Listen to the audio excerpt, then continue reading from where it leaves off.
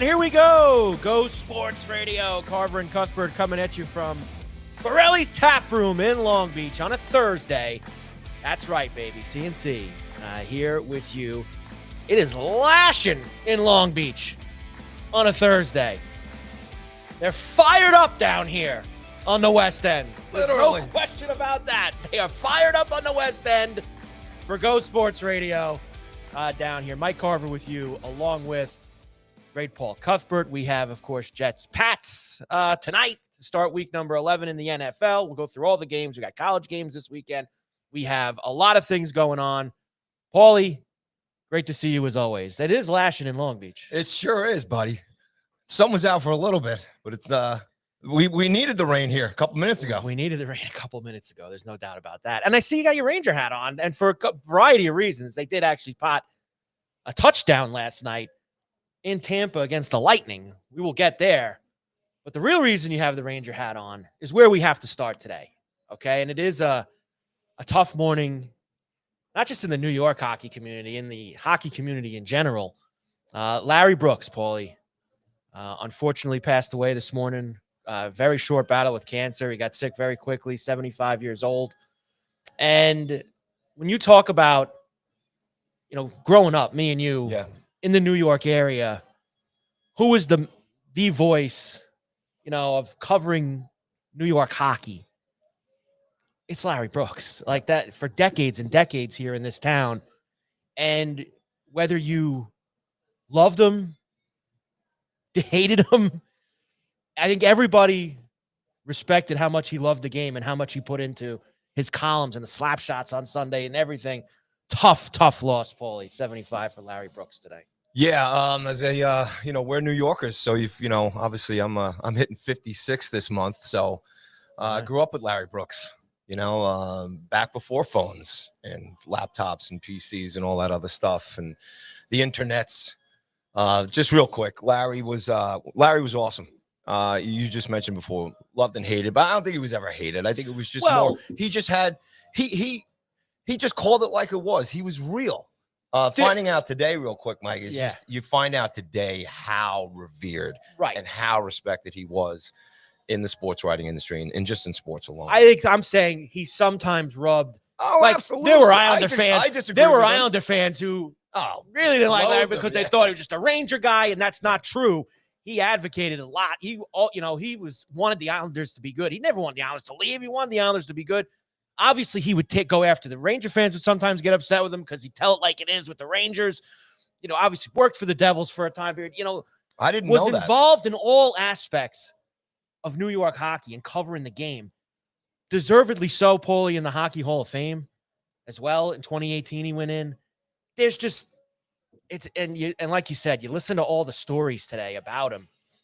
And I mean, even me and on a smaller scale, me and you have a couple. You've talked to him in the past. I remember as a producer at WFAN when I was starting there, and this is 10 plus years ago at this point. We obviously never did a lot of hockey, WFAN. Yeah. But when something big was going on or it was playoff time, we would. And I remember the first time somebody asked me to reach out to Larry Brooks. I was like, man, Larry Brooks. I mean, they see him, he fights with torts. What are we? I don't know. And Paulie, then when you actually talk to him. Super dude, man. Nicest guy super ever. And that's 98% of the people in the hockey community, by the way. Yeah. Nicest guy you could ever interact with. Mm-hmm. Oh, and you're like, he'd even be like, fan wants to talk.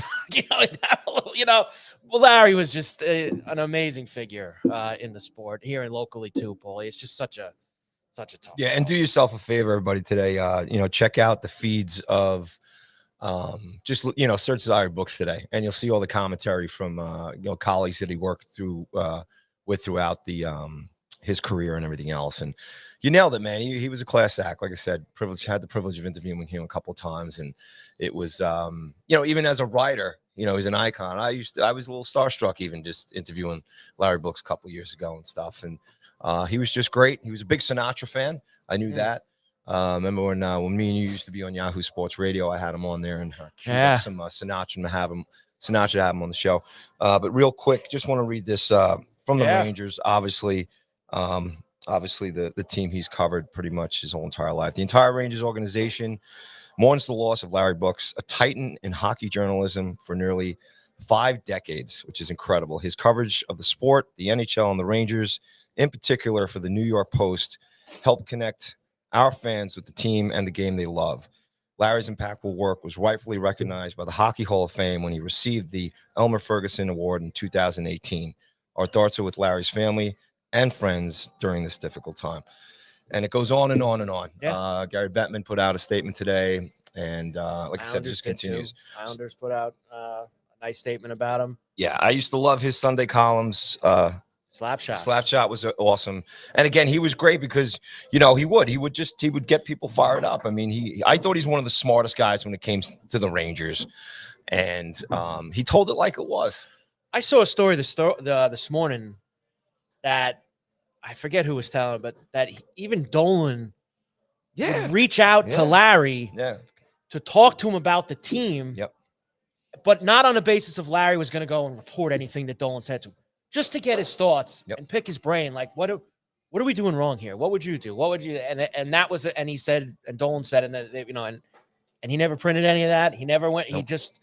He just was trying to let me know what he thought our organization, our franchise, could be doing better with all his years of being around the game and it's just Mike Vaccaro wrote a great memoriam of him this morning in the New York Post. That was just Molly Walker as well, who of course has been covering the team with him the last few years, and you could tell reading it, got so close with Larry, being on the same team with him at the Post. And Trowley talked about how last year, they spent 20 straight days together with the World Cup of Hockey, Boston, Montreal, and he still just had, even 75, still going around, had that love of the game with him. Check out the archives of the Post podcast there the last couple of years. Great stuff. Ron Duguay and Molly on there as well too, and the whole crew over at the Post. So condolences to Larry's family, his friends, his colleagues, and for all of us Rangers and hockey fans. And you're right, he did advocate to have the Rangers covered, the Islanders covered in the Post.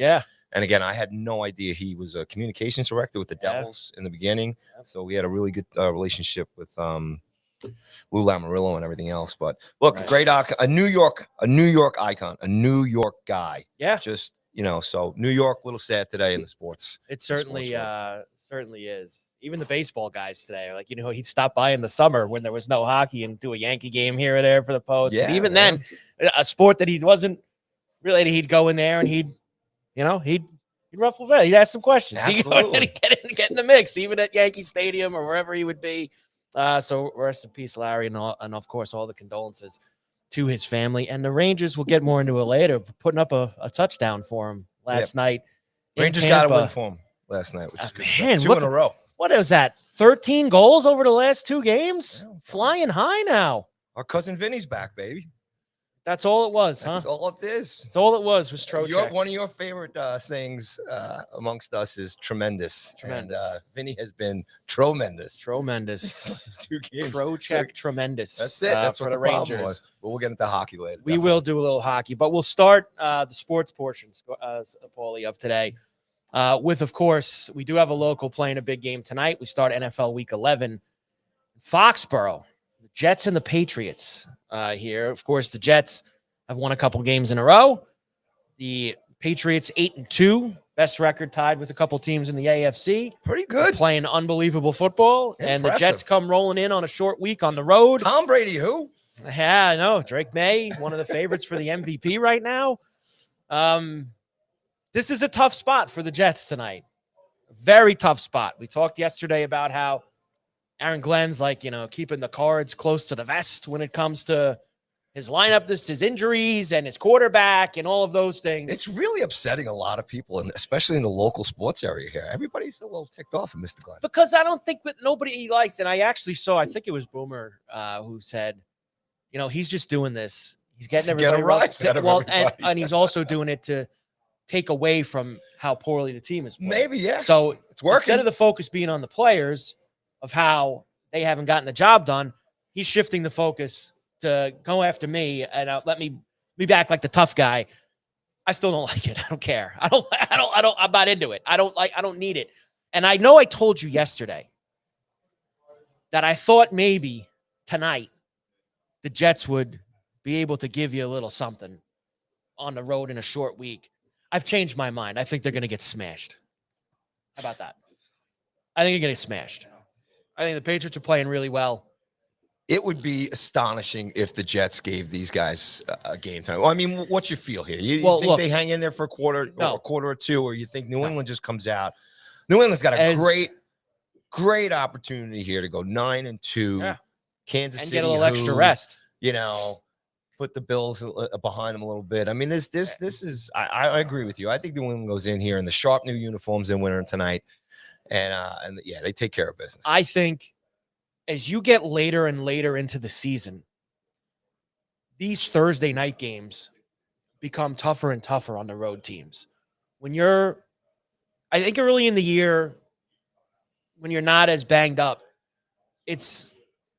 you got a better chance going on the road with 3 days rest and getting something done. As you get further along and the injuries start to pile up and things start to go poorly, that's when the home team starts to garner a little bit of an advantage here on Thursdays. And I think that that's the kind of spot you're going to see tonight too. I think that the Jets have given you a couple wins against the Browns and the Bengals, but they're stepping up a couple notches here tonight. And the Pats are playing well on both sides of the ball. What's the spread in the game today? It's actually gotten up to 12.5. I even saw some 13s at a couple places. So we're talking almost 2 touchdowns. Are you touching it?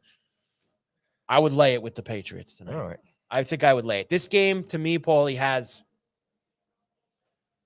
27-7 type of feel to me. Yeah, I don't think it's going to be a very competitive game. And if you look at the last couple of weeks in these Thursday night games, that Bronco Raider game was awful last week.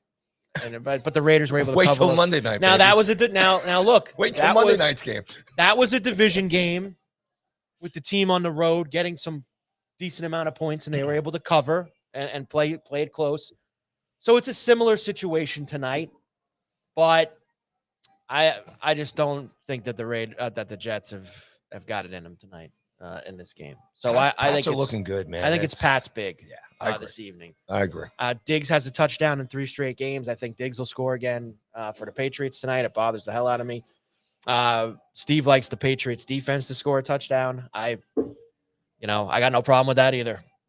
This could be, it's hard. You can't that's what makes it weird to me that he's screwing around with who's going to play quarterback. You've won the last 2 games and Fields has played. You're going to tell me you're not going to play him tonight?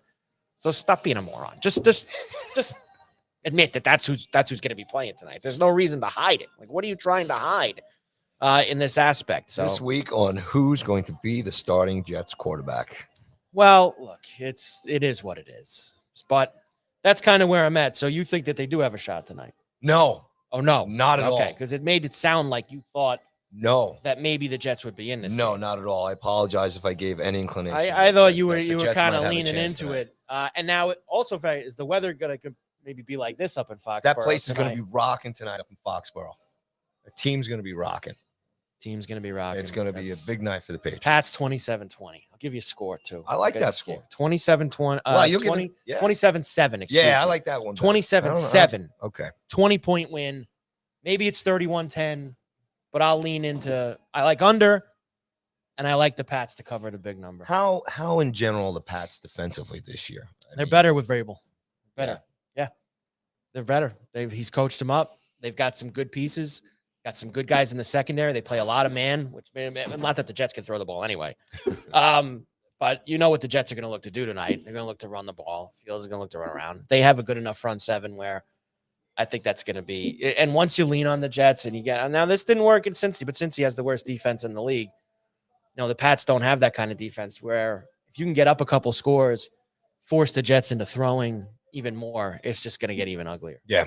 And that's so it's kind of, I don't want to make it sound as ho-hum as it is, but it is.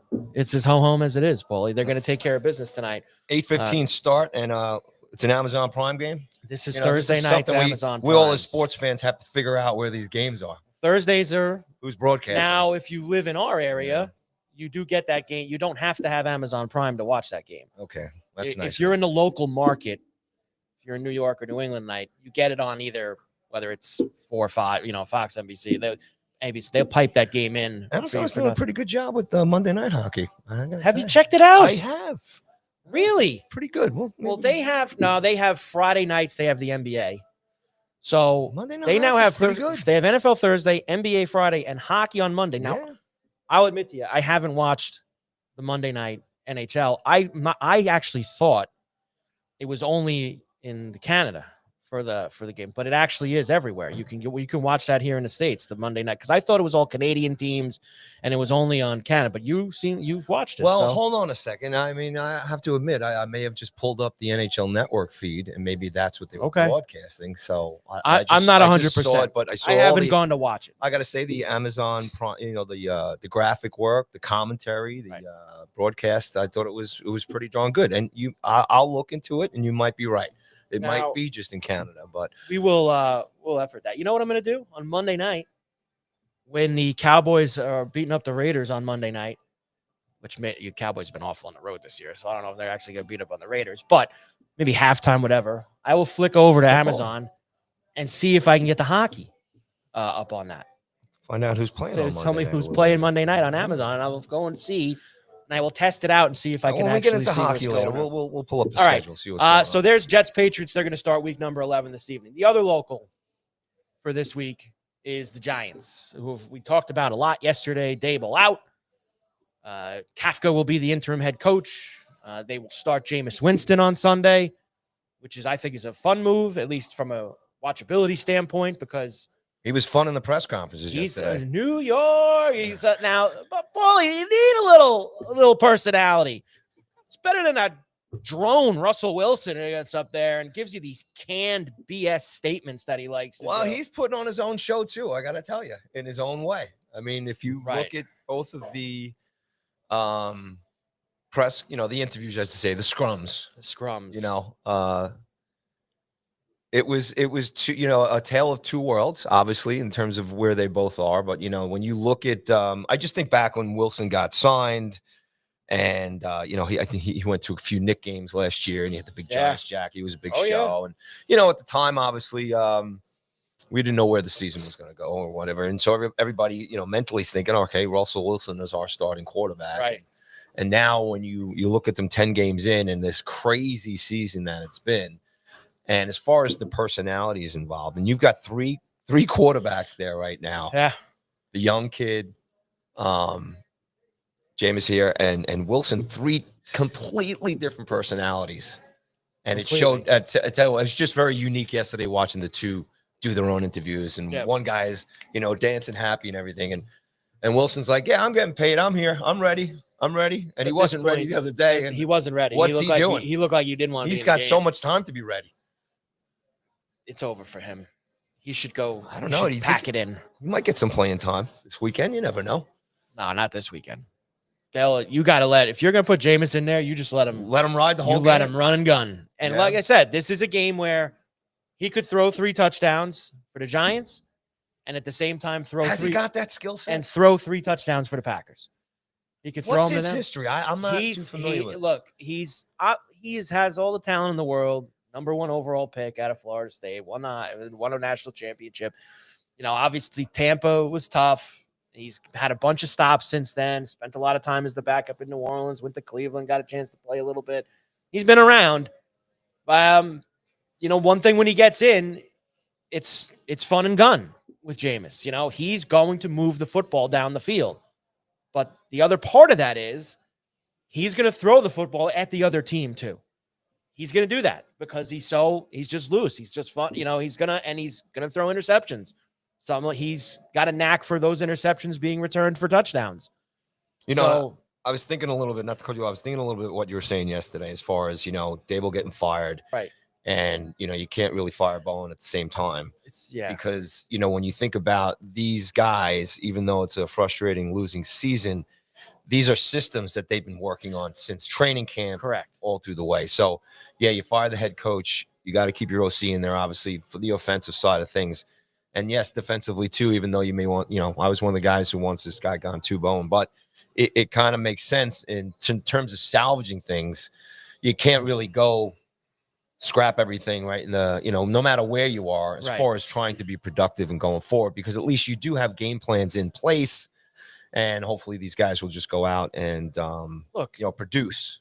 if you're, and I know that, And particularly in this situation with everything's happening, especially with Dart being out, right.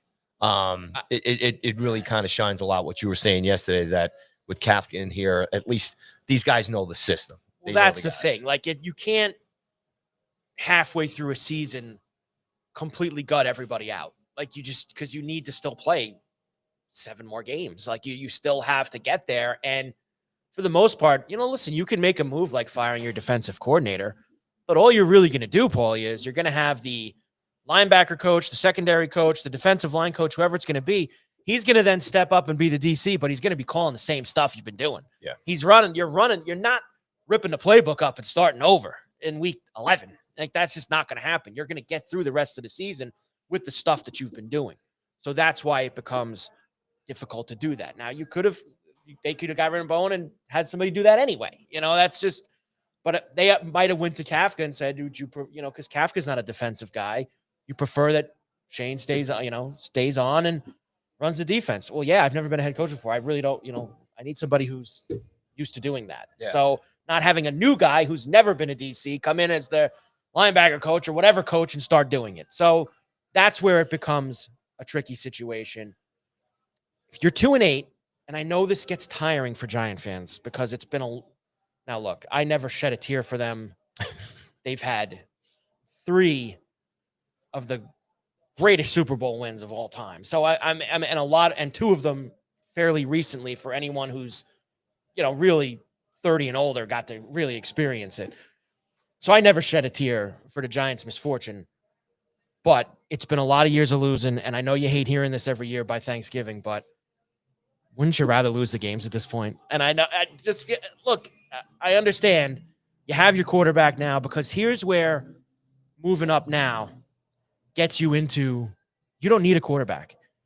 Being in the top 5 now. No, we got to wait for this protocol. Well, look, we got to wait for the results. They're not going to be drafting a quarterback this year. Yeah. But if you're in the top 5 and you're not drafting a quarterback, you have value, because teams want to get in there, whoever those quarterbacks are going to be. And we talked a little last week about this crew that could be going in there. But that's a valuable chip that you have. So the more games you lose now, you might be in the position that you can slide back a little bit and acquire more assets. And so that's at 2-8. Like, put Winston in there, let him throw the ball around, lose games, whatever. What is it going to matter? You want to? But don't the Jets have all the best picks now? The Jets have. Well, the Jets. Well, look, to the trade. Just remember, they were 0-7.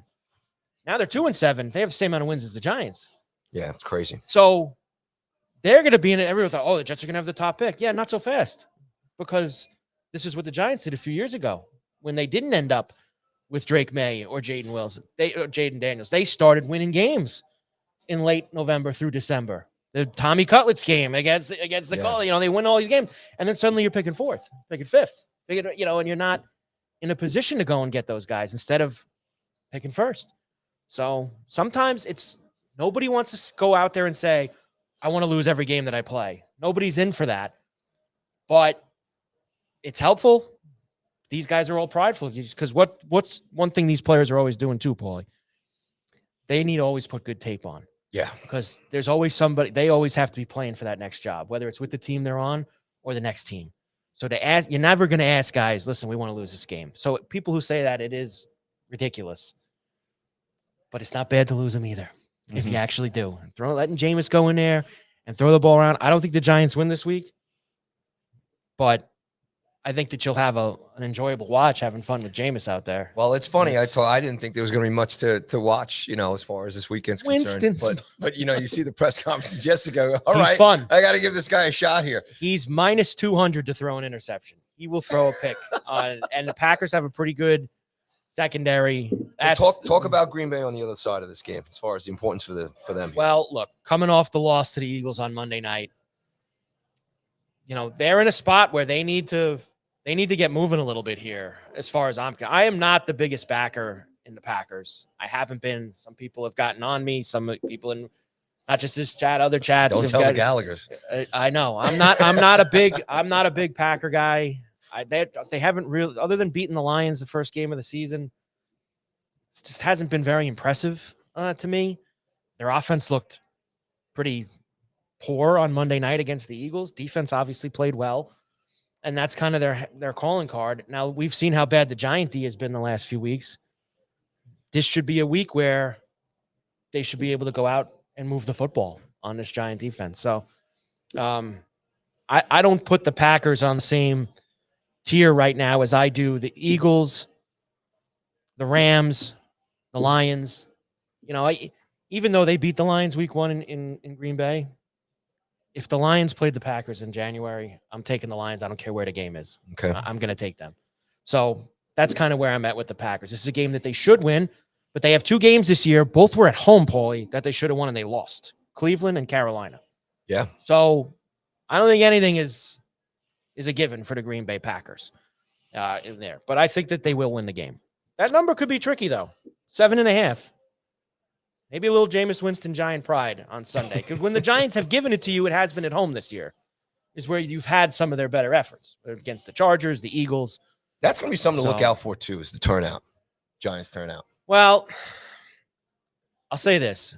You get the Giants, and this isn't – we're a solid fan base. I'm not taking a shot at the Jets here. I'm not trying to do that. No.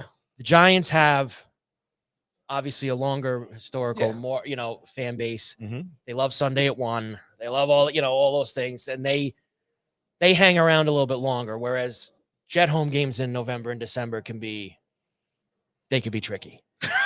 There could be some empty buildings there. But the Giants have been bad in December the last couple of years. They don't want to see empty seats for it at all. We have the rest of the schedule for week 11 that we are going to go through when we, after we talk a little bit about Borrelli's, of course, Mike Carver, Paul Cuthbert, Go Sports Radio here, Borrelli's Taproom in Long Beach. Now it's not lashing anymore, but a blustery day. As you could tell, it is lashing a little bit. I got the little trees moving behind me back here. It's all happening. Fire department was down here before the show. They were here before the show. Interesting. But what do we got going on here at Borrelli's the next couple of days? Well, speaking of the Long Beach Fire Department, who was here real quick, good stuff. It is hot down here at Borrelli's Taproom, located at 912 West Beach Street here in the great city of Long Beach, New York. Comedy. Let's just talk comedy quick. Colin Quinn next week is sold out. Sold out? Sold out. And I will be here. I got in. So that's great news for you, buddy. It'll be a good night out. Yeah. And speaking of comedy, there's more comedy coming your way here at Borrelli's. Des Bishop is going to be here on Tuesday, December 12th. And on Tuesday, December 9th, Mark Norman will be in the house. A house full of laughs here at Borrelli's Taproom. Come on down. Check out Borrelli'sTaproom.com for more information on tickets to those shows. Tomorrow night, live music, free show with the Dirty Rockers. If you guys like dub and reggae ska, all that kind of stuff, doing Stick Figure and Dirty Heads and 311, Red Hot Chili Peppers, Sugar Ray, Real Big Fish. Incubus too as well. Come on down. Free show, 9 o'clock start tomorrow night, live here at Borrelli's. I don't know Stick Figure. Oh, buddy. You're one of the few. I don't know Stick Figure. I'll send you a link later. Should I know that? Oh, it's good stuff, man. You want to put yourself in a good mood? I know Incubus. You know that. But I don't know Stick Figure. I'll get you the link. A Real Big Fish. All right. Also want to talk about what's coming up here Tuesday, November 25th, right here before Thanksgiving. Borrelli's doing a great thing. It's called Bingo for the Food Banks. It's at 7 o'clock. All the money raised here goes to the local food banks. There's a 50-50 raffles going on.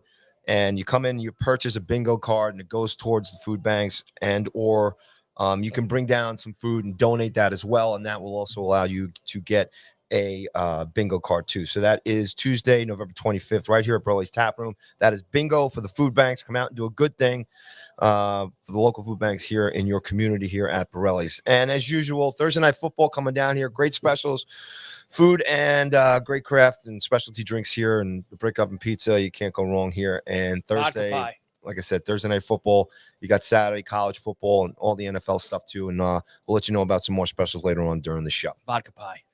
Vodka pie, baby. Vodka pie. That's where I'm at. Carver and Cuthbert, Go Sports Radio, Borrelli's Taproom in Long Beach. Steve in the chat asking, is there an over 1.5 interceptions for Jameis Winston option to maybe wager on this Sunday? I do see one at FD, Steve, if you have that wherever you are. 2+ interceptions plus 172, 3+ interceptions plus 370. So, yes, you can alt the Winston interceptions for this Sunday against the Packers. So you might as well go ahead and get involved. All right, let's rumble through, I should say, ramble and rumble through the rest of the Week 11 games. We did the locals. We think they're both going to lose. Unfortunate, but it is what it is at this point. New York football, baby. Here's the rest of Week 11. Let's start. Thank God. The last European game of the NFL season. We have the Commanders and the Dolphins in Madrid. That's right. Spain is where they are going to be. I believe they're playing at where Real Madrid plays. I would have to think. World or it could be Atletico. I mean, where are they playing at? Where they got to be playing where Real Madrid playing, right? I don't know. I didn't look at it. You turned me off of the European experience. Huge soccer day today. Boys in green against Portugal at the Aviva in Dublin. Look at you. Can they get let's mix the soccer in here. We were going to talk World soccer. Cup qualifying. We're getting down to it. This is a huge break. There's 2 games left. Ireland played Portugal today. They play Hungary on Monday. NFL, right to soccer. Look, and we have been waiting for Ireland to get back into the World Cup, and they're coming back. Obviously, the World Cup is here in the States next summer. Last time the World Cup was in the States, I know I love the pictures of all our family being at the old Giant Stadium for Ireland and Italy. That game, they got to get in. Can we get a couple points from Ireland here? My favorite memory of that, obviously, was sitting in 110-degree weather watching. You were at the game? Watching Ireland and Holland play to a 0-0 tie. That was just so That exciting. that was at Giant Stadium too, right? So Ireland played 2 games at Giant Stadium. Yes. In that 94 World Cup. I don't know if they played Italy at Giant Stadium. I thought they definitely played Italy at Giant Stadium because that was the huge upset. They beat Italy that day. Taki Bonner, baby. That was a huge game. So there you Paul go. McGrath. Little World Cup for you as Ireland are playing Cristiano Ronaldo and Portugal today. And they are good luck. Plus 750 dogs at the Aviva. And we'll see if they can get it done. Anyway, European football, Madrid, Commanders and Dolphins. Still no Jaden Daniels. You got Mariota in there. Dolphins coming off a big win against the Bills. Dolphins are favored in this game. You got 2 teams that, honestly, both teams 3-7, Paulie, going into this game. Ugly. Now, I say these games always suck. The Colt-Falcon game actually wasn't that bad last Sunday morning, but I refuse to acknowledge it because it goes against my narrative. It does. So, I'm going to acknowledge that it was a good game. This game will suck, and the Dolphins will win. There you have it, folks. Officially. This game will stink. Dolphins will win. Will suck. You heard it right here on CNC. I got to tell it like it is. That's what we're here for, brother. You like the Dolphins? Huh? I don't like either of them, to be honest with you. I'm not watching it. I'm not getting up early. So it's like Brewster's Millions. None of the above. I have a real hard time. I've had a hard time with the NFL for years of just being so mediocre. Right. And it's just, one of the biggest social media watches on X is that wonderful girl, Agar, I think. Annie Agar, yeah. But it's basically her whole skit is just ripping the NFL. That's it. Just ripping it. And rightly so. So anyway, real quick, like I said, they both suck. And I hope a lot of people show up for the game there. I don't know how many people are going to watch it back here. I gave you the option yesterday. You can watch Dolphins Commanders at 9:30 a.m. on Sunday morning, or Penguins and Predators from Stockholm, Sweden, also 9 a.m. on Sunday morning. So you have options in the 9 a.m. department if you really wanted to. What's with the? See, this is hard, folks, because we're crossing sports here. I'm sorry. But no, don't apologize. We play by no rules. That's the fun part about this. We play by no rules. Is it because of guys on the roster on Nashville? Why are the Predators playing this game? Yes, they have some Swedish players. Obviously, they have Forsberg, they have Saros, they have a bunch of Swedish players on their team. Is it more than 2 or 3 guys, or is it? Because why else do you put Nashville on this game? Some star players in there too. They got good players. I know Stamkos. They got guys. They got a lot of star power. When's the Even last though they time Stamkos stink. scored a goal? I have no idea. Well, it's All right, they've got some we gotta local swing back flavor. here. They've got some star players. They got it is what it is. Battle All right, of the Titans here, Carolina and Atlanta. All right, Carolina and Atlanta. Here's what I'll say to you. I would never trust the Falcons as a favorite.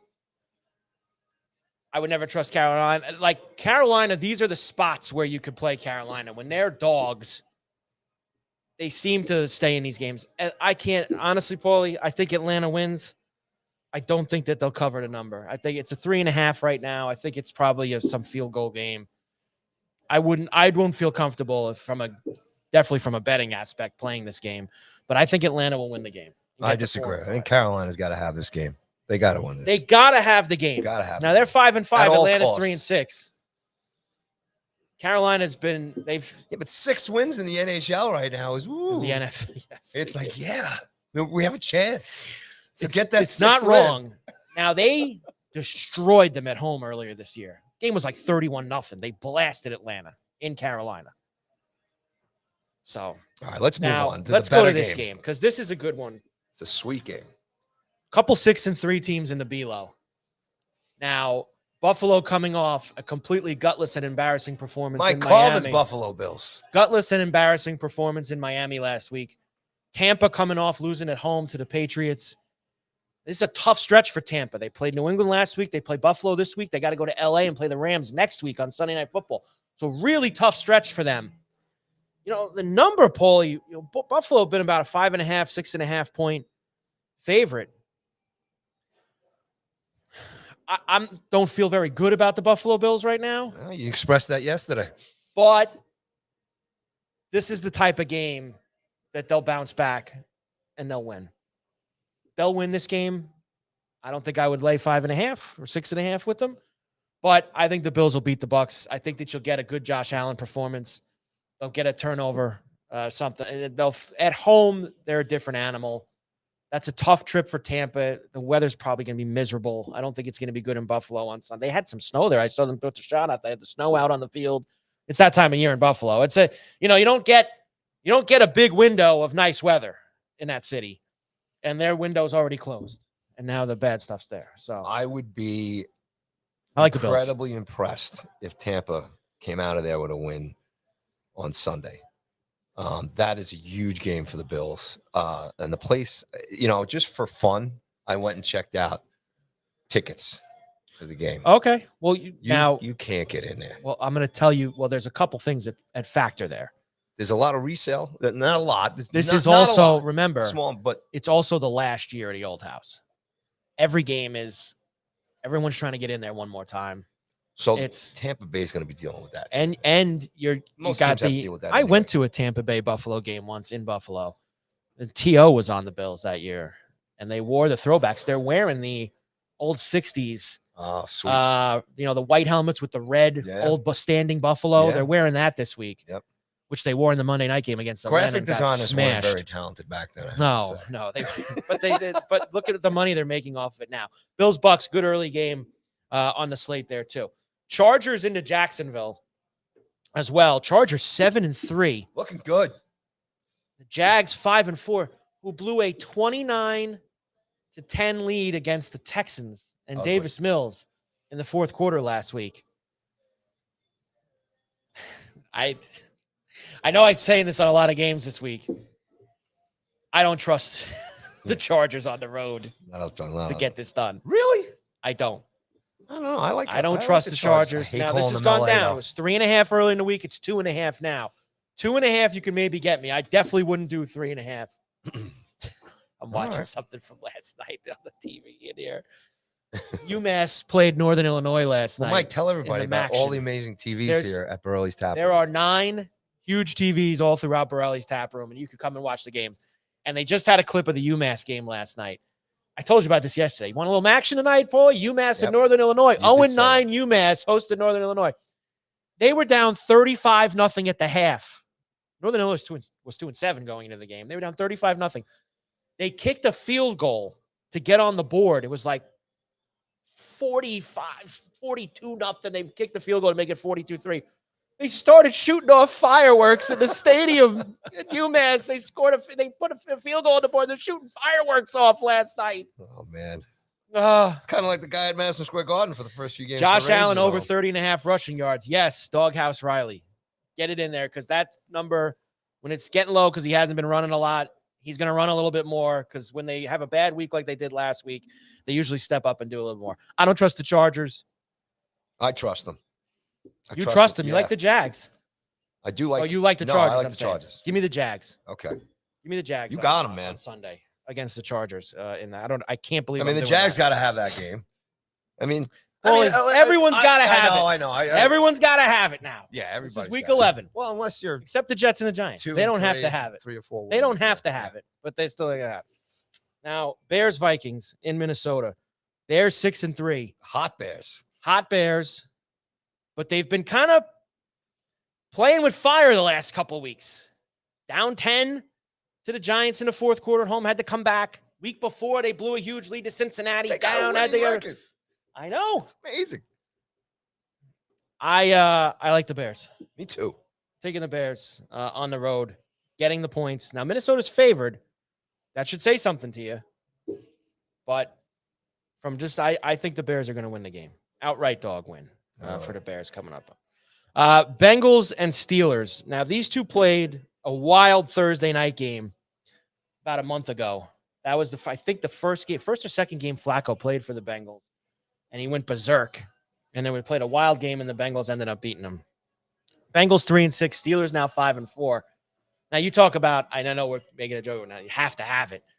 If you're the Steelers, see what I started, and you got the Ravens right on them now. The Ravens are going to get to 5-5. We'll get to them in a moment. They got to win this game at home against the Bengals. You can't lose twice to the Bengals and Joe Flacco, especially at home if you're the Steelers. I like the Steelers. Now, as far as from the gambling side of things, I actually would take the Bengals with the 5.5 because I don't think the Steelers. Good news out of Bengals camp too. Burrow's really practice. He's back doing some things. It's probably still going to be 3 or 4 weeks till he plays, but he's at least back doing some things. Give me the Steelers to win the game, but the Bengals from the gambling perspective with the 5.5 points. I think that's a good call. You like that call? Yeah, huh? I do like that call. You like that call? I do. Houston, as I mentioned, had that huge comeback at home, and that really saved their season. They're at 4-5 now. They have a little life in them, and now they got a chance to get back to 500 in Tennessee against the Titans, who are coming off a bye. The Titans are awful. Awful. That's being kind. They're awful. They're awful. Now, would it surprise me? They're not going to surprise you. Would it surprise me if Houston, after that huge comeback, showed up and played a dud of a game in Tennessee? It would not. But I think their defense is too good to have them lose the game. So I think it's Houston for me. Houston gets the job done. I would like to know who's going to be the starting quarterback, because there's some talk that maybe Stroud could play this week. Maybe Aaron Glenn has some insight.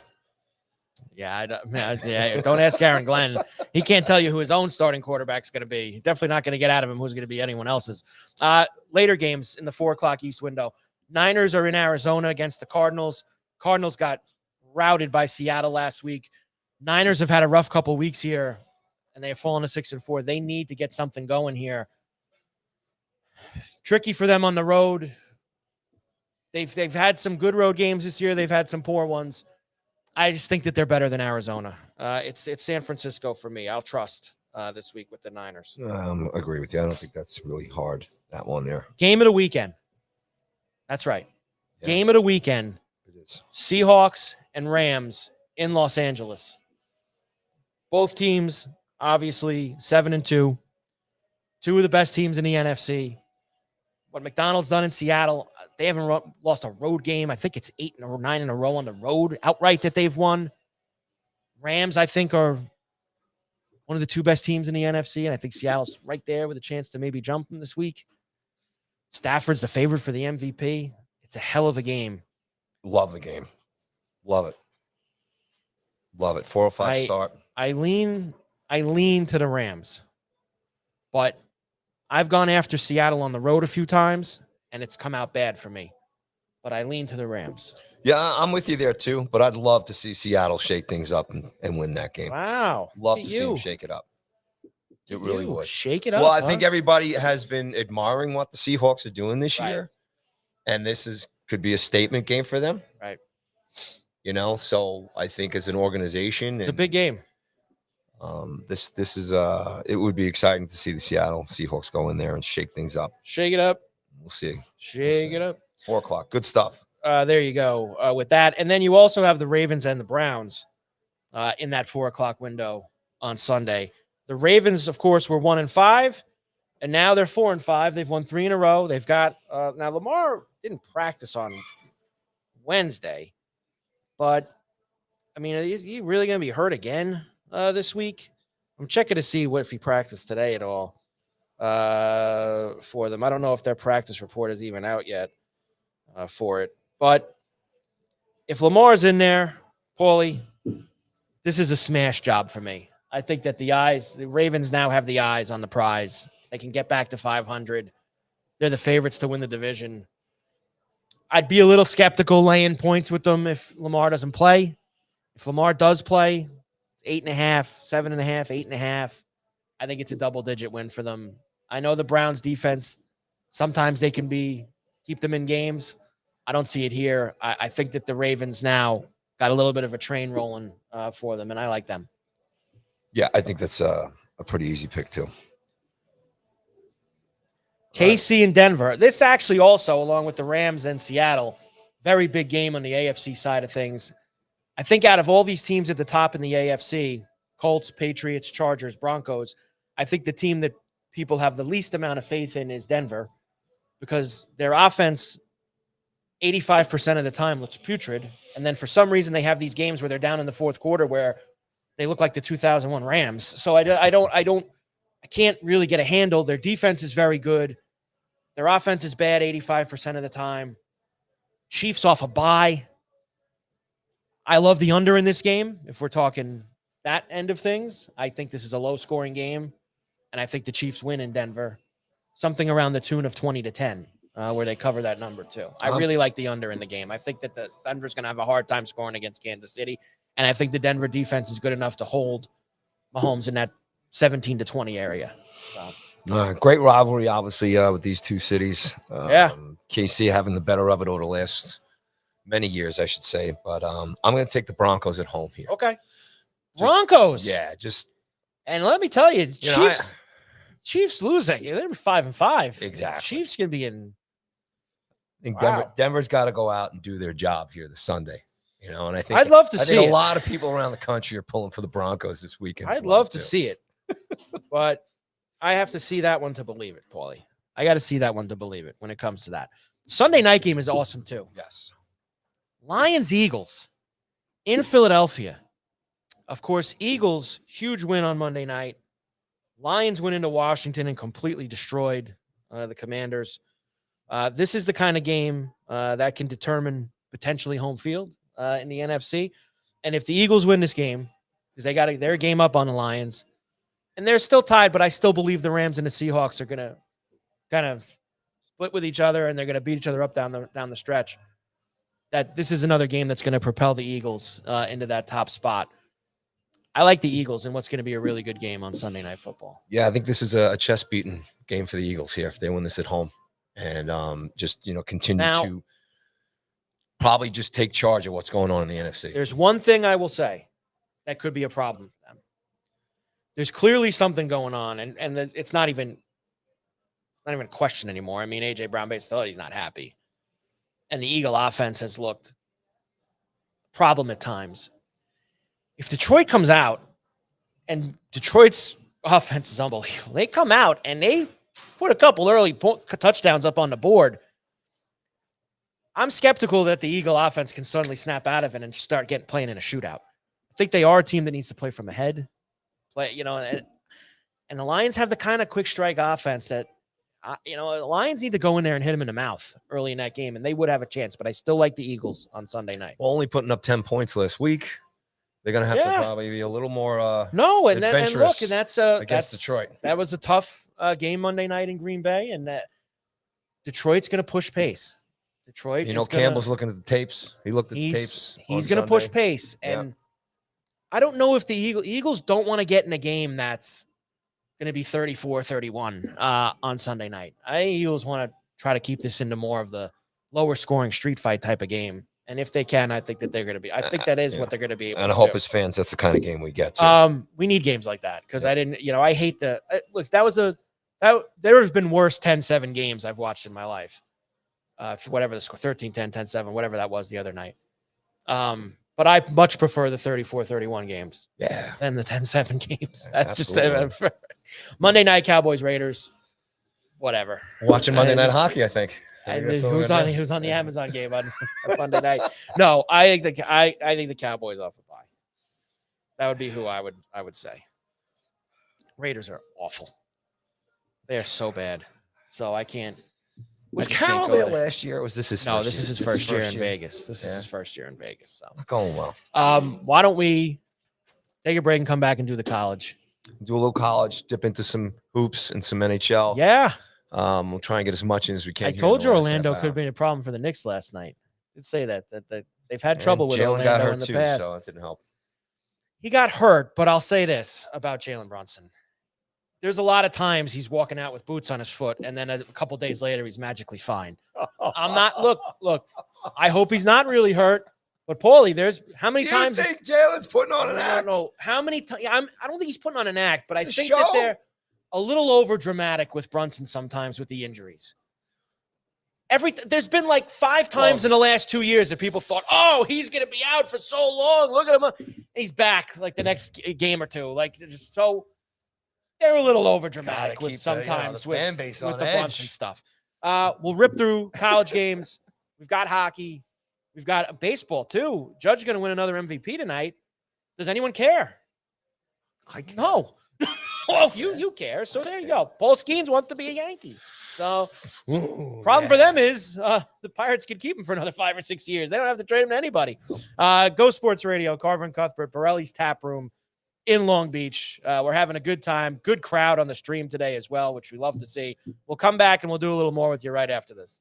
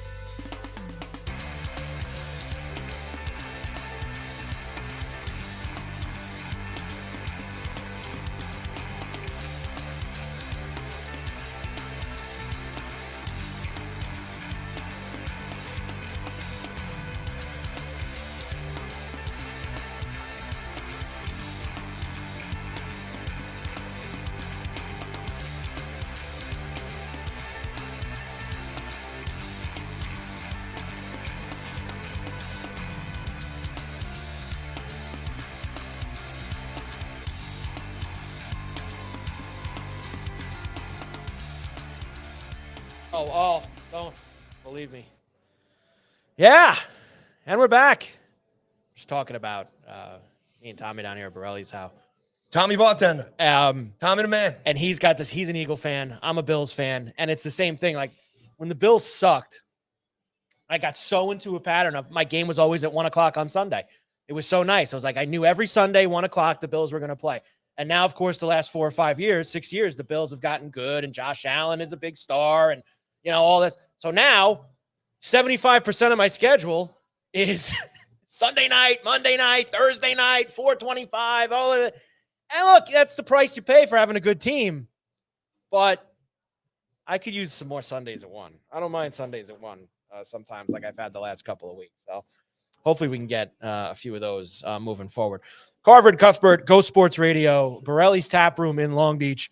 We're hanging with you. All right. College this week. Lightning. We went through lightning round. Lightning round, yeah. I'm going to give you a couple of games, Paulie, that I have my eye on here.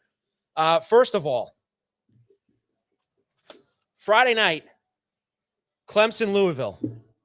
Louisville lost to Cal last week. Huge upset. Louisville, good as when they're the underdog. Don't like them when they're the favorite. This Clemson team has been bad this year. They're 4-5. They're going, they really need this win, try to get in a bowl. I don't know if Dabo cares about that or not. These are tricky spots for Louisville, Paulie, so I'd be careful with them on Friday night, even though it's at home against Clemson. Very tricky spot for them in that game. Next, Minnesota visiting Oregon. It's a heavy number here. It's about 25.5.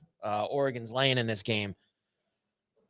Minnesota on the road. I don't like this trip for them at all. But the Oregon offense the last couple weeks left a little to be desired. Dante Moore and the crew. Whether it was last week, I know that's tough going to Iowa. That was a low-scoring game in miserable weather. But even the week before that, they were at home against Wisconsin, only scored 21 points. 25 and a hook might be a little much here. Oregon gets the job done, but that number could be in question for me, Paulie, in that game.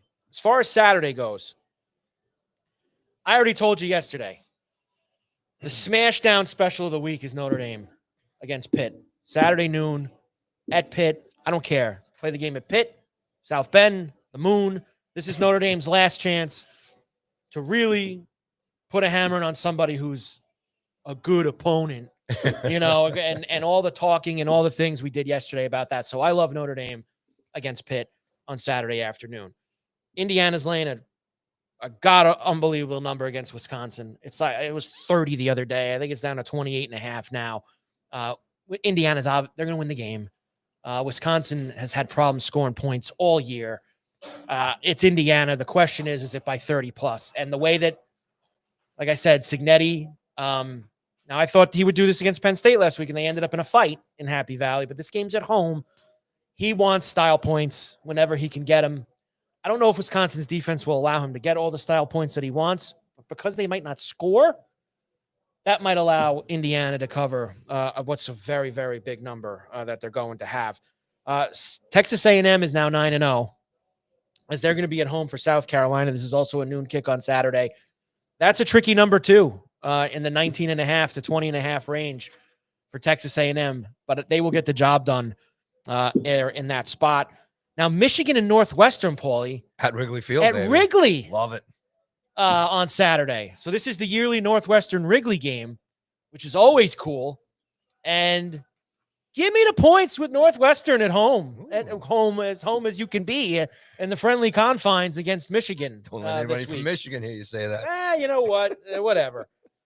Big spot for South Florida. They're now in the driver's seat for that college football playoff spot with the group of 5. So they need to continue to take care of business. Navy's not bad. I know they got hammered by Notre Dame last week, but they're 7-2.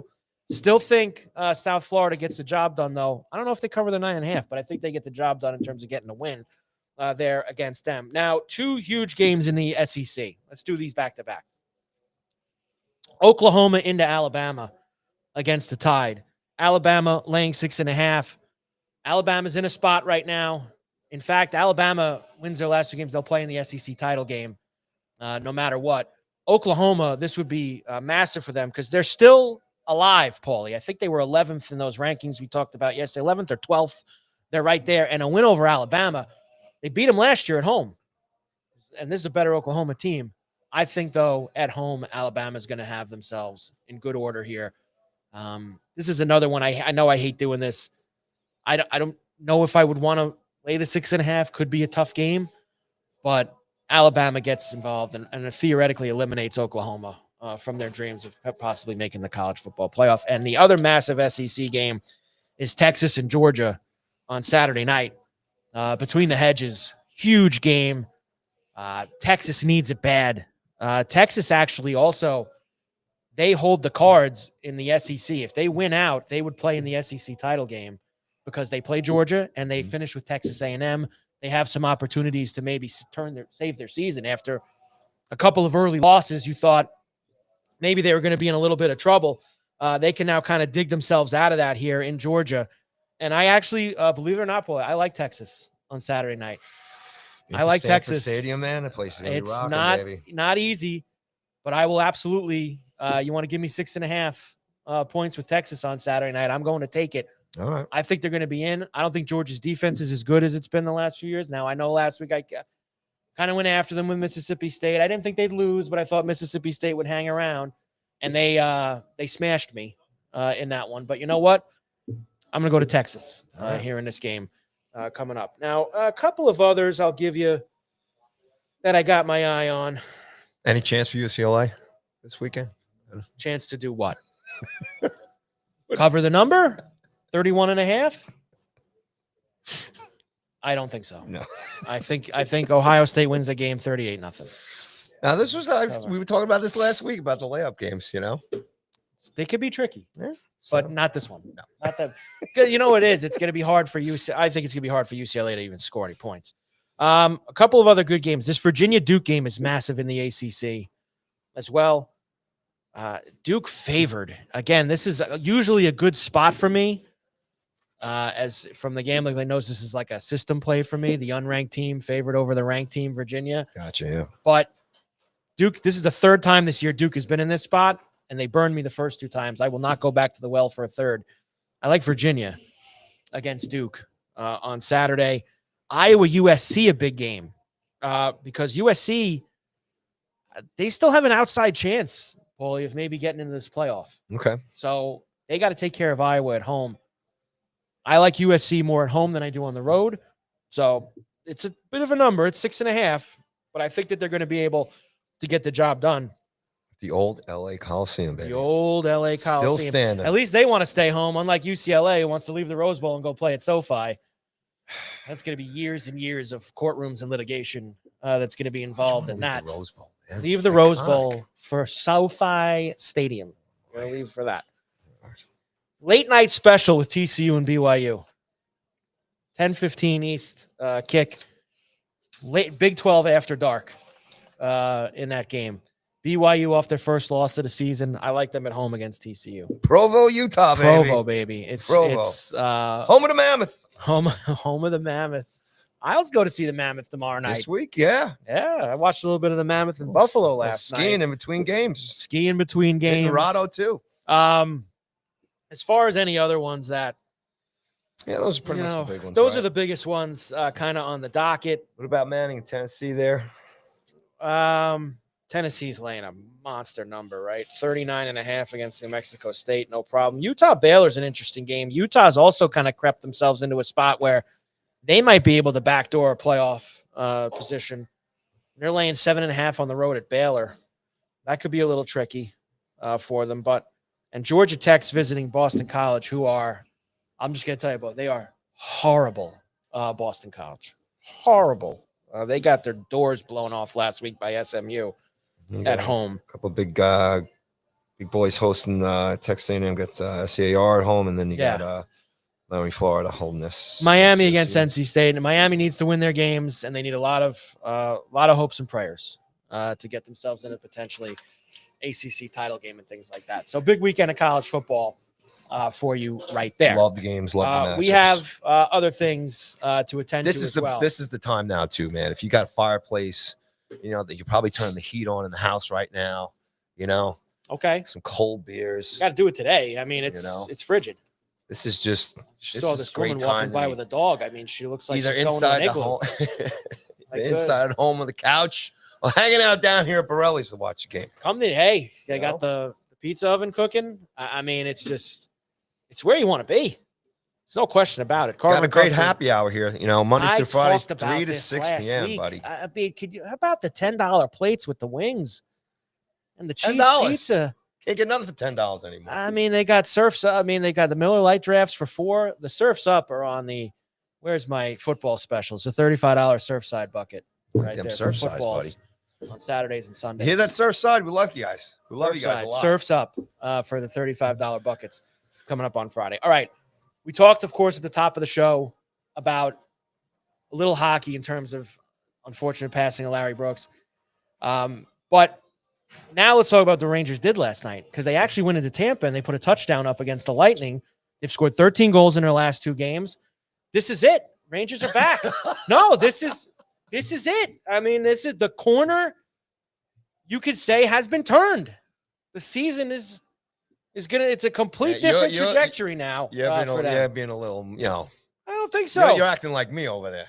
I don't think so. I think you're trying to be a little funny over there. And they go to Turn Columbus it on around. Saturday. That's a place that they usually play well.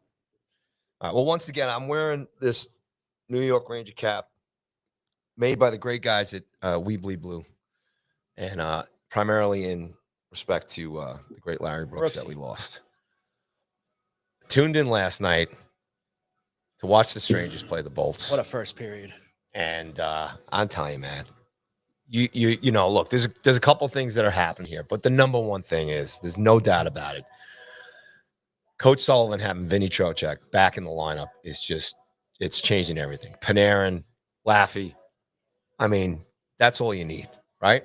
Yeah. So good squad there, and credit to Coop, man. Coop was pulling everything and anything to try and get back in that game last night. Rangers did it actually pretty good job there. I mean, granted, 4 goals. Shesty lucky enough last night to still be a little better than Vasilevsky, who got pulled. Right. But man, Coop was not giving up, man. I think they had a power play there with about, I can't remember exactly, but 4 or 5 minutes. Pulls the goalie. Coop never gives up. Trying to get back into the game, trying to win the game. So you love that. And the Rangers held off. But look, Vinny Trocheck just looking really good. Panarin looking good again. And if that line can stay healthy and fire things up, and it allows for more space to open up for JT Miller and the rest of the crew. And we'll see if Perot here stays in the lineup. And maybe this is it. They're getting a little bit of it. Look, they've been playing well on the road to begin with. They got their first home win there the other night. And now they seem to be gelling. And I think it's just a matter of really finding out, continuing this on here. But I think right now it's Vinny Trocheck. I mean, it's just obvious the impact he's made on the lines these last 2 games. And let's just see what happens. It's a long season. There's a lot of time. And speaking of long seasons, I told you yesterday, over 91.5 points. They're going to get there. All right. We'll see. They'll get there. There's also long road trips in this long season. There is. And the Islanders are on the one. Icelanders on their first big trip. It's a big trip. Now, this is you got to kind of separate these things. It's technically, I believe, a 7-gamer, right? But you got to remember, the first 2 games were basically not travel games. On the road at the Garden, on the road at Newark. So those weren't, No. Those. Now this is the real trip: Vegas, Utah, Colorado, Dallas, Detroit. So 5 games, legit road. The first 2 were kind of just hanging around, and taking the bus with it. It's a meat grinder. They're in Vegas tonight. They're in Utah tomorrow. It's Islander hockey. I think they could win either of the games. They could lose both games. They could split. But I mean, I think that it's kind of. This is where you find out right now, Islander fans, if this team is for real. These games. This is it. I know when they're not going to win. What? Sunday in Colorado. They're not going to win that game. Colorado is I don't think they win any of these games. Swept out. Yes. All 4. Vegas, Utah, Colorado, and Detroit. Here. You heard it. Come at me, Swept fans. They don't win a game on this trip. Now, they won't even, when we come back next week on Thursday, they won't even be done with the trip. They still have to go to Detroit as part of the trip. So you think 0-3 by the time we come back. Yeah. So Ranger season going this way, Islander season going this way in the next 100%. week. That's Yes. how you're looking. I didn't want to say 100% on this show, but I just did. But yes. 100%. There you go. 100%. This is where the tide changes here in New York. And what a game last night Let me tell in you. Chicago between the Devils and the Hawks. I watched the whole third period because 2 reasons. It was the only thing early on. And isn't that terrible, fan? I always bust chops about hockey. nobody watches hockey, right? And Mike just said it. Well, it was nothing else on. Well, I'm going to tell you the real reason I was watching. There was some monetary reasons for it. All right. Because I'm sure you see me tweet about this all the time. We do this daily double thing on the Bet River show every day. And my pick last night was the over in the Devil Blackhawk game, over 6. And it was a 1-1 game going to the third. It looked like a little grinder of a game. And then we get the wild third period in Chicago to get us the over. So I stayed up for that. Nemec with the hat trick for the Devils last night. Good stuff. I mean, the Hughes assist it wasn't on one of his goals. The Hughes assist on, which goal was it? It was actually on Mercer's goal. I mean, Hughes is just ridiculous. Some of the passes that he makes. Man, if he could stay healthy for the playoffs, just put him in bubble wrap and don't touch him, and he'll be good to go for us. But for them, I should say, for the Devils. But he's ridiculous. But I'm just glad they got the over last night. That they scored all those goals in the third period, and that was really what I was tuned in for. So, Devils. Well, the NHL needs all the help it can get to get people to tune in and watch the game. Well, that's part of where I'm at. If it's not an Islander game, there's other ways for me to get involved. And there's a big slate tonight. Tons of games that are in the mix. Tuesdays and Thursdays always. Yes, they are. Tuesdays and Thursdays are the night. Kings are 7-1-2 on the road this year. Toronto's having all kinds of problems. Oh, what a shame. Oh, Stars and Habs tonight in Montreal. Great game. Ducks and the Sharks have been a wagon. Ducks are in Detroit. Sharks are in Calgary. It's funny you bring that up. That actually is, it's crazy. It's been a long time since you could say California hockey. The Ducks and the Sharks is a good game tonight. Well, the Ducks are in Detroit. The Sharks are in Calgary. I'm saying both of them are playing very well, and they're both hot now. They played once this year. The first week it was like a 7-6 game. Like it was a pond hockey game between the two of them, which is awesome. I believe Coach Q is going to Chicago next week, I believe. Probably. He's got to be getting close. Yeah. He's going to go there at some point. Standing O? Probably not. That's a little – I don't know if we want to go there. So no, not a standing O for him in that place. But, yeah, it's kind of funny, like I said, that we're talking about the Sharks and the Ducks playing good hockey. So what else do we have? It's interesting. Sabres Avalanche was the other game that I had right now. Avalanche are going to smash this. They're 11-1-5. What are we going to do with the Buffalo Sabres, man? What are we going to do with them? I don't think there's anything you can do. So look, a little more on hockey real quick. But we didn't get a chance to talk about it yesterday, but real quick, because me and you grew up with these guys. The class of 2025 for the NHL Hockey Hall of Fame. Yeah. Just real quick, the names: Zdeno Chara, Duncan Keith, Joe Thornton, as and Bettman called him Dumbo when he's known as Jumbo, and of course Alexander the Great McGillney finally getting in. That was the biggest one for me. McGillney finally, and I'm bringing this up too because the Sabres, when McGillney and LaFontaine, yeah. When McGillney and early LaFontaine 90s after the big were trade. tandem, they were incredible. And that was 91, 92. Yeah. Actually, me and a bunch of buddies of mine went up to see the Rangers play Buffalo in the old Ord on a Friday night. And on a Saturday night, we went to see the Rangers play the Leafs. In Toronto. Johnny Van Beesbrook, I believe, was still on the team. That's how long ago that was. But it was great to see them. And they made a show of the Rangers that night on Friday at the Ord. But it's great to see McGillney get in there. Joe Thornton never won the big one. He got close there with Coach DeBoer and the Sharks there a couple of years ago, but incredible player. His points and his stats just prove it alone.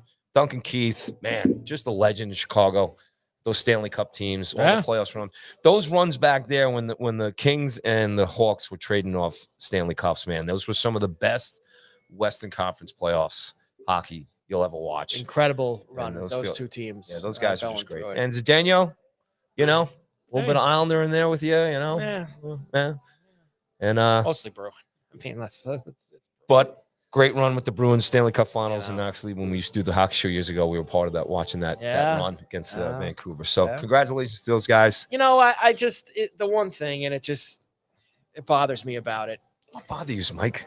What bothers you? I just hate how, obviously in Canada it's a big deal, and it was Monday night, and they make a big thing. Like there's just no fanfare about it here whatsoever. There's just none. And I get it. It's, it's hockey. It's hard enough, as you say, to get people to watch, but how you make them watch a Hall of Fame ceremony, that's they're not going to make them do that either. They need to change the name to the RHL, the Regional Hockey League. Like, I don't know.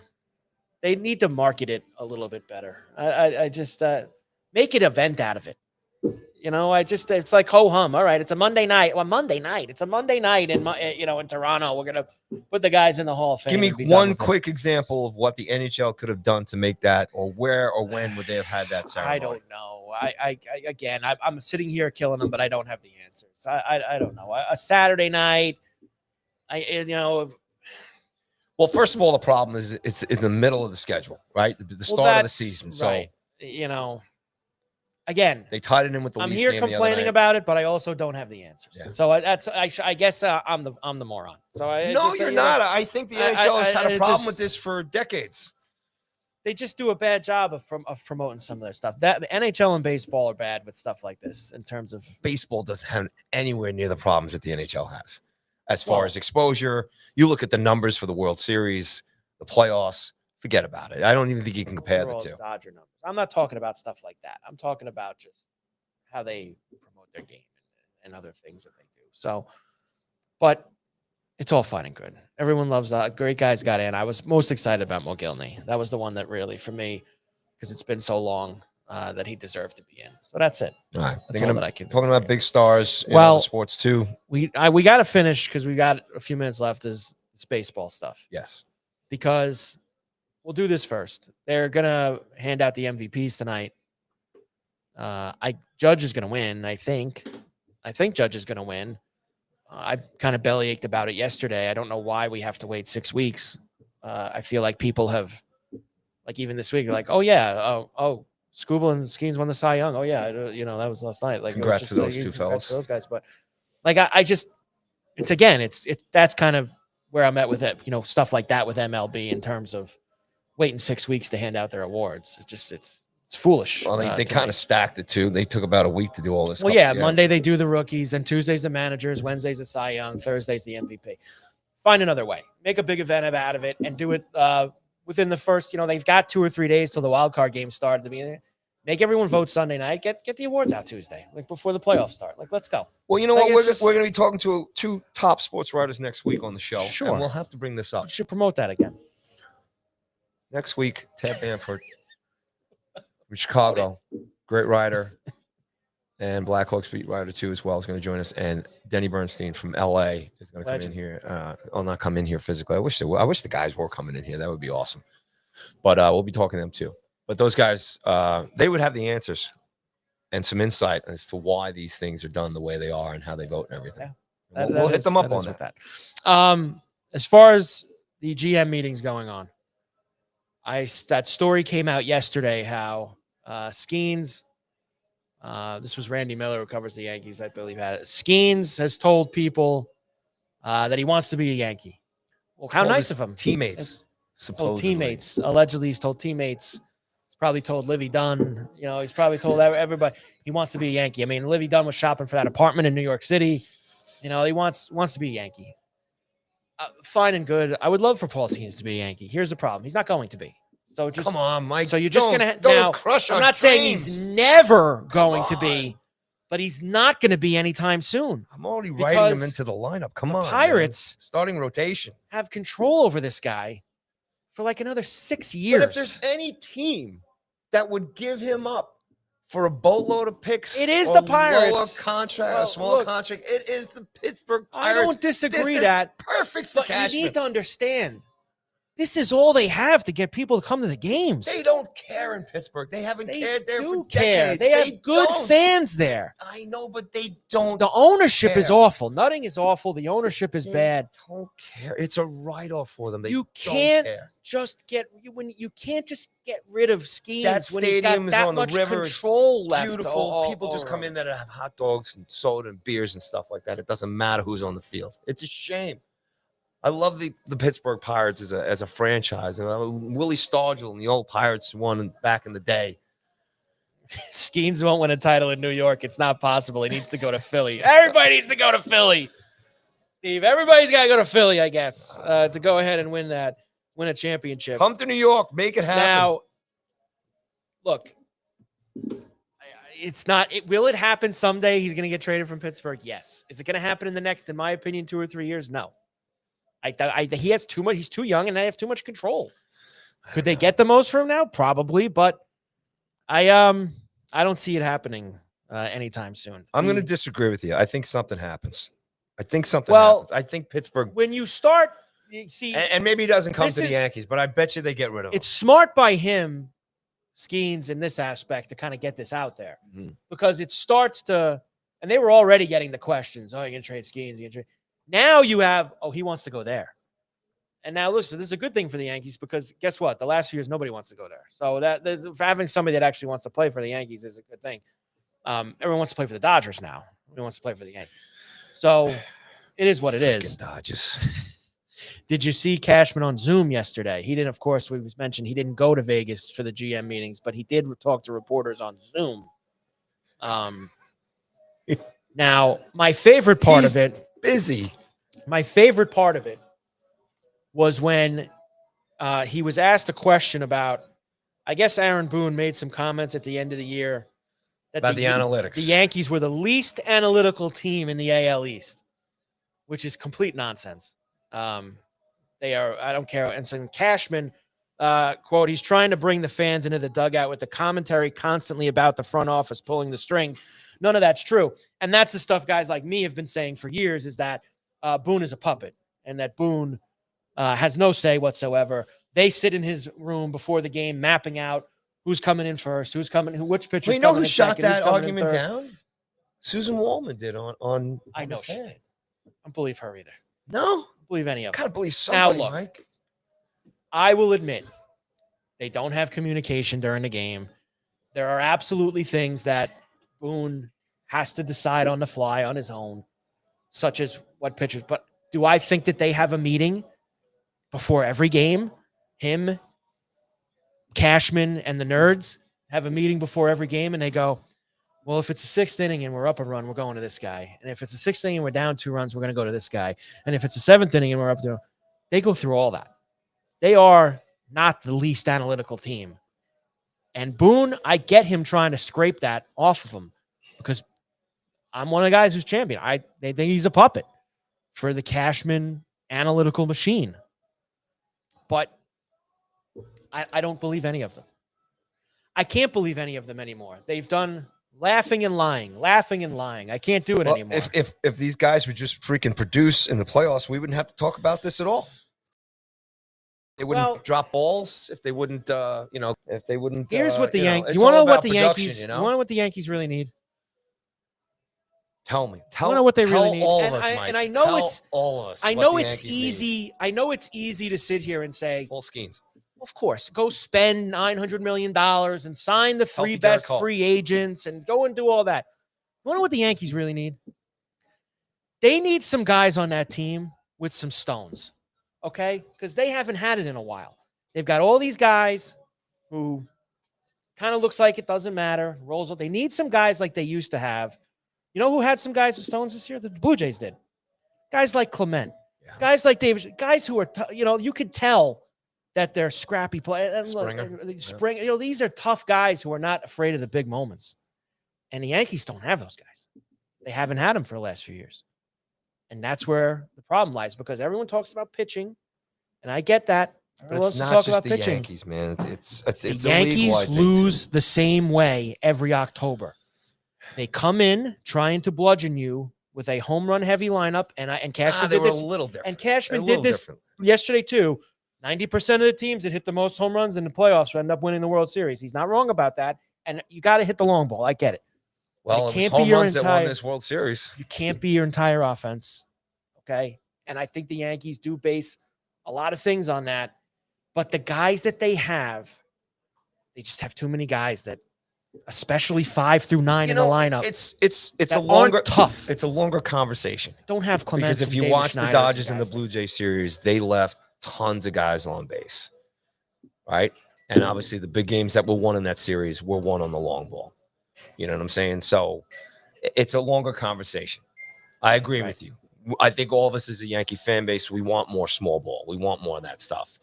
It's difficult. It's even more difficult in our market because they are the New York Yankees. Right. And regardless, they're always going to go out and try and get whoever is available, and they're always mostly going to get 90 wins. And Booney's been a 90-win coach here now pretty much every season except 1 or 2. Right. You know, and we as Yankee fans, we're used to that. We're spoiled. We're always going to get the playoffs. So it's a longer conversation. We'll bring it up further down the road. Yeah, but GM meetings, Aaron Judge wins another MVP tonight. God bless and good luck. And I guess Ohtani wins in the National League. So there you go. You know, Ohtani, you get Judge again. Will you be shocked, ticked, upset if Raleigh gets? No. Don't care.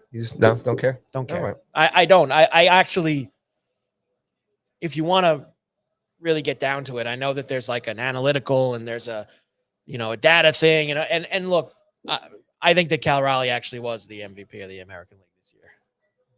I think he should win. He's not going to win. I think Judge is going to win. But if I had a vote, let's say, I think I would have voted for Cal Raleigh. That's just me. I think that what he did in Seattle this year, and I know then the nerds will come out and say, yeah, but do you know he only hit 205 against okay. Well, here's the voting part, right? You bring up the analytics, right? We're talking about analytics. Yeah. So in this vote, the analytics are probably going to play more of a part here than the actual. It's a hard thing to do because Judge is now, and you get this when you're one of the 2 or 3 best players in the game.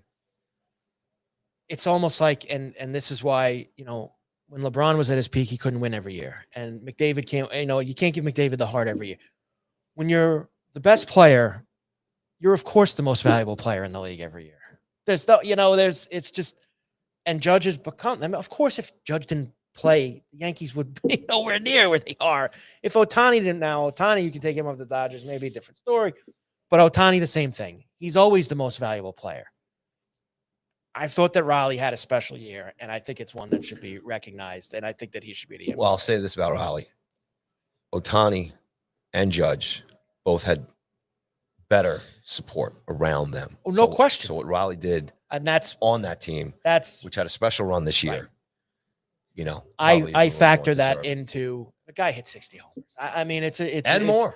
The guy had a monster year for a team that hadn't done anything in 20 years. Like it's that stuff factors in for me. And that's why I would give it to Raleigh. Well, we'll find out so soon enough. Judge will win. Judge is going to win tonight. All right. But Judge and Ohtani, just give it to them every year. No, it's everybody else is just playing for second, Paul. That's kind of where it goes down. Any other thoughts heading into the weekend?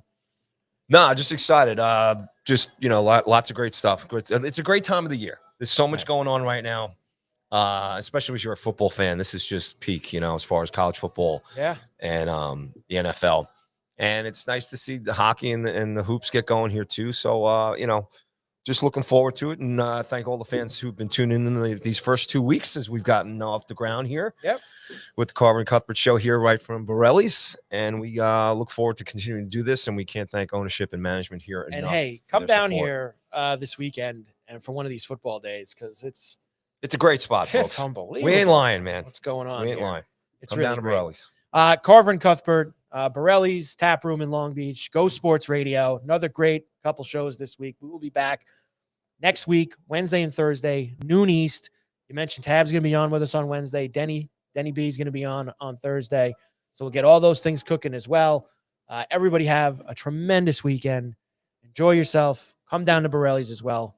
Mike Carver, Paul Cuthbert, Go Sports Radio, Borrelli's Taproom. We'll see you next week.